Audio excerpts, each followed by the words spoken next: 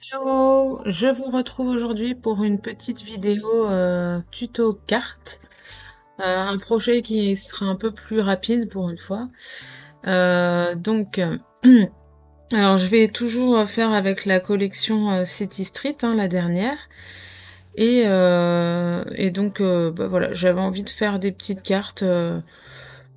Un petit projet un peu plus rapide et puis qui change un petit peu. Donc là, je vais utiliser pour cette carte, pour faire le fond, je vais utiliser la technique du résiste avec le tampon des maisons qu'on trouve sur la planche Enjoy. Donc je tamponne avec la Versamark et ensuite je mets de la poudre d'embossage blanche. Euh, Après, pour ensuite appliquer des poudres infusion. Alors, il y a différentes poudres hein, qu'on peut utiliser pigmentées. Donc, il y a les infusions qui ont cette particularité d'avoir un peu de brou de noix. Donc, il y a un peu de marron dedans. Il y a les bruchots qui ont des couleurs beaucoup plus pétantes. Et je vous dirais que pour commencer, c'est pas mal. Vous pouvez trouver les bruchots, vous pouvez en vous trouver par lot de 25. Vous avez plusieurs couleurs et c'est quand même assez sympa. Ça vous permet de bien tester les poudres.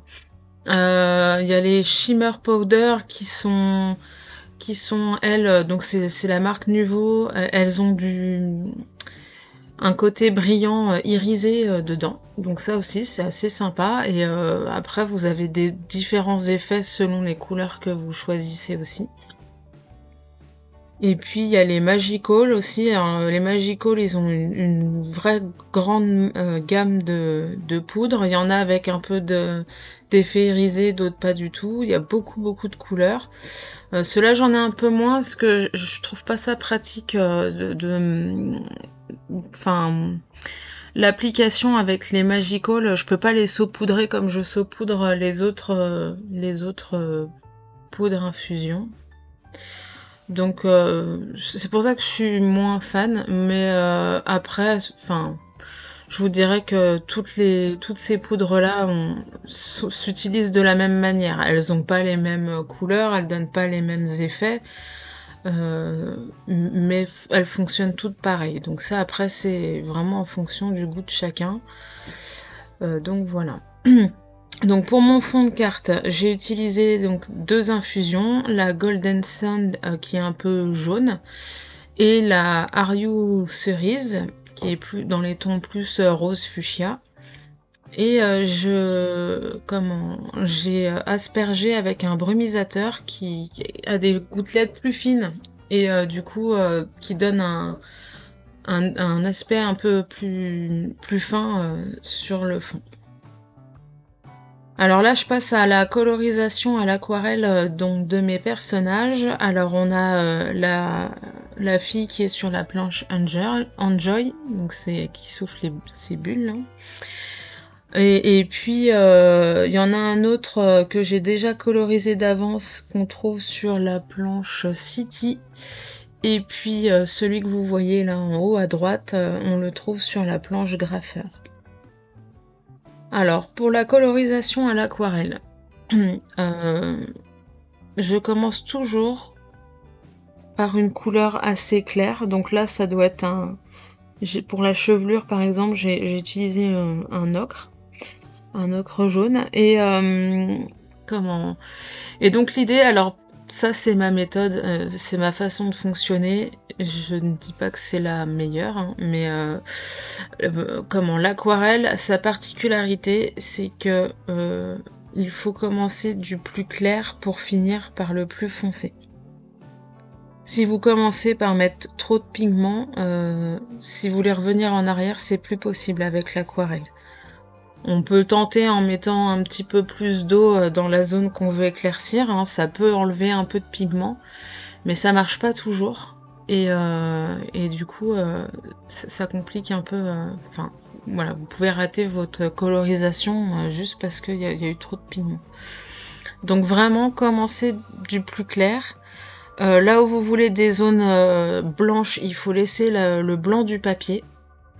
Et puis bah, petit à petit, vous augmentez votre dégradé. Enfin voilà, vous rajoutez par exemple pour les cheveux, j'ai utilisé, je pense, du sépia pour faire l'entre-deux, donc pour foncer un peu plus la chevelure. Et dans les zones que je voulais encore plus foncées, j'ai ajouté du noir. Et j'ai fait ça tant que mon aquarelle n'était pas trop sèche, enfin encore un peu humide, pour que les pigments se mélangent et du coup qu'on reste sur des tons assez similaires. Donc je procède comme ça pour toutes les parties, hein. Donc je fais pareil pour la peau. La peau, je fais mon mélange. Alors ça doit être, c'est pas le magenta, c'est un autre rose que j'utilise avec un jaune pour faire la couleur peau. Et donc là, je mets beaucoup d'eau donc je dilue au max, enfin pas trop non plus, mais je dilue pour partir assez clair. Et puis je rajoute ensuite des pigments, du foncé, et jusqu'à ce que mon dégradé et mes zones d'ombre et de lumière soient bien distinctes. Là, je fais pareil avec le monsieur, là. Et j'utilise du bleu pour faire sa veste. Donc là, c'est pareil, je pars sur une base claire, euh, et petit à petit, je vais renforcer les zones en mettant plus de pigments, enfin voilà, en mettant moins d'eau dans mes pigments. Et donc je vais foncer et dégrader gentiment mes, euh, mes couleurs. Et donc ça, enfin les couleurs, vous allez pouvoir facilement les faire un dégradé tant que le papier reste encore un peu humide. Euh, ça permet vraiment voilà, de faire les mélanges tranquillement. Bon, après, je vous dirais, c'est de la pratique, hein, pour arriver à faire ce qu'on veut en aquarelle. Et c'est pas toujours évident de gérer. En fait, c'est de gérer l'eau euh, avec le pigment. En fait, plus vous mettez d'eau, plus c'est clair. Moins vous en mettez, plus vous avez des pigments foncés. Et puis après, bon bah c'est de jouer avec votre pinceau pour faire les dégradés. Donc ça, c'est un petit jeu de patience. Maintenant, partez du principe que quand vous faites de la colo, c'est aussi pour vous détendre. Donc voilà, détendez-vous d'abord, et puis le reste, ça viendra tranquillement après. Donc voilà. Après, c'est aussi à vous de déterminer où vous allez mettre vos ombres et puis vous laisser les parties plus claires pour la lumière, et donc du coup de se donner cette impression de volume sur vos colorisations, sur vos tamponnages. Donc voilà, ça c'est vraiment. Après, vous allez voir, il faut aussi, pour faire ça, il faut aussi, je vous dirais, prendre le temps d'observer ce qui vous entoure, les objets, comment la lumière tombe dessus. Essayez de vous amuser à chercher où est la lumière, où est l'ombre la plus foncée, et où se trouvent les intermédiaires. Bon, ça c'est de l'observation, il faut y penser quand on a envie d'y penser, donc ça c'est encore autre chose. Et on n'a pas toujours la tête à ça, donc voilà. Mais après, si vous voulez, comme si vous voulez vous améliorer là-dedans, c'est aussi dans l'observation que vous allez. Enfin voilà, faut observer comment tombent les ombres, les lumières, et puis le reste, bah, à force petit à petit, et puis en vous entraînant, bien sûr, ça va venir. Voilà, pour cette partie colorisation, et puis volume en fait.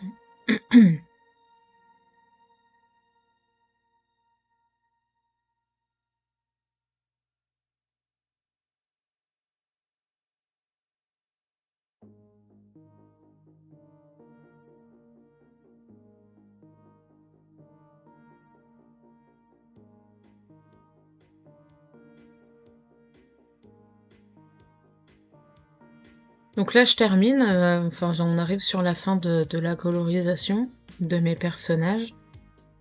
J'espère que vous êtes encore là. Donc là, on va passer à la mise en page de ma carte. Et bon, en fait, là, c'est la partie la plus rapide, hein. Une fois que tout est fait, on pose, on regarde ce qui va bien. Donc là, j'utilise aussi les die cut. On a 2 planches de die cut dans la collection City Street, donc je les utilise pour faire un petit amas d'embellissement supplémentaire.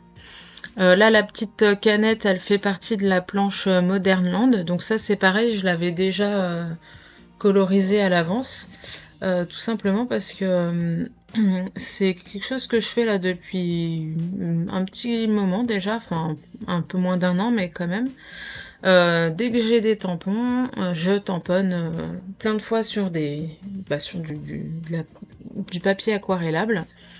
Je passe quelques soirées devant la télé à découper mes petits tamponnages et de temps en temps, j'alterne avec des moments de colorisation. Pareil, le soir devant la télé. Alors je me suis acheté une petite tablette, hein, vous savez, celle qu'on utilise pour les ordinateurs portables quand on veut travailler sur son canapé. Et ben, je me suis acheté cette petite table. Et puis je fais mes petites colorisations de temps en temps devant la télé, voilà, pour avancer, pour avoir déjà des embellissements de près. Alors, tous mes tamponnages ne sont pas colorisés, puisque ça me laisse aussi la liberté de choisir au moment de faire une création. Mais voilà, je sais que j'en ai de près, je sais que si j'ai envie de faire une créa rapide un soir, parce que voilà, j'ai envie, j'ai besoin, mais j'ai pas beaucoup de temps, tout est prêt et j'ai plus qu'à. Donc voilà. Alors bien sûr, donc il y a Minou, hein, comme d'habitude, lui on ne l'oublie pas. Je le planque. Et puis voilà, là je mets un peu de tampons texte de la collection, enfin qui sont sur les tampons de la collection, hein. Donc là il y a Story de la planche graffeur. Et puis il y a Ready de la planche Enjoy. Et la petite canette, elle vient de la planche Modern Land. Donc là, il y a pas mal de petits tampons pour les embellissements qui sont pas mal sur cette planche aussi. Alors, vous voyez, alors c'est pareil, comme les tampons, avec les dies, je m'amuse un petit peu. Je prends des basiles de différentes couleurs, et là, avec les dies flèches, je me suis lâchée, hein. Clairement, les flèches, on peut en mettre partout. En plus, celles qui sont dans ce die, il y en a quelques-unes, il y en a 3, avec des petits trous pour faire des petites flippettes. Donc ça, je vais peut-être essayer de trouver un papier vraiment plus rigide pour le coup, parce que les flippettes, c'est mieux quand ça tient bien. Mais voilà, pour mettre une petite attache parisienne, c'est pas mal. Et là, je termine ma carte, je la mate sur un basil noir. L'avantage du noir, c'est que quand on a quelque chose de très coloré comme j'ai fait, tout va ressortir, donc ça c'est super. Et puis voilà, donc ma carte sera terminée. Donc ça, j'en ai fait une. Alors cette carte, elle m'a pris une petite heure à peu près, parce qu'il y a la colorisation qui m'a pris du temps. Et voilà, et puis de toute façon je mets toujours 3 plombes quand je fais des cartes, donc voilà, enfin des cartes ou n'importe quel autre projet scrap, je mets du temps, je passe beaucoup de temps. Et puis j'en ai fait une autre juste après que vous verrez plus tard, donc voilà. Alors j'espère que ce petit tuto vous aura plu, que ça vous donne envie de le faire, et je vous dis à bientôt pour un nouveau tuto. N'hésitez pas à vous abonner. Bisous!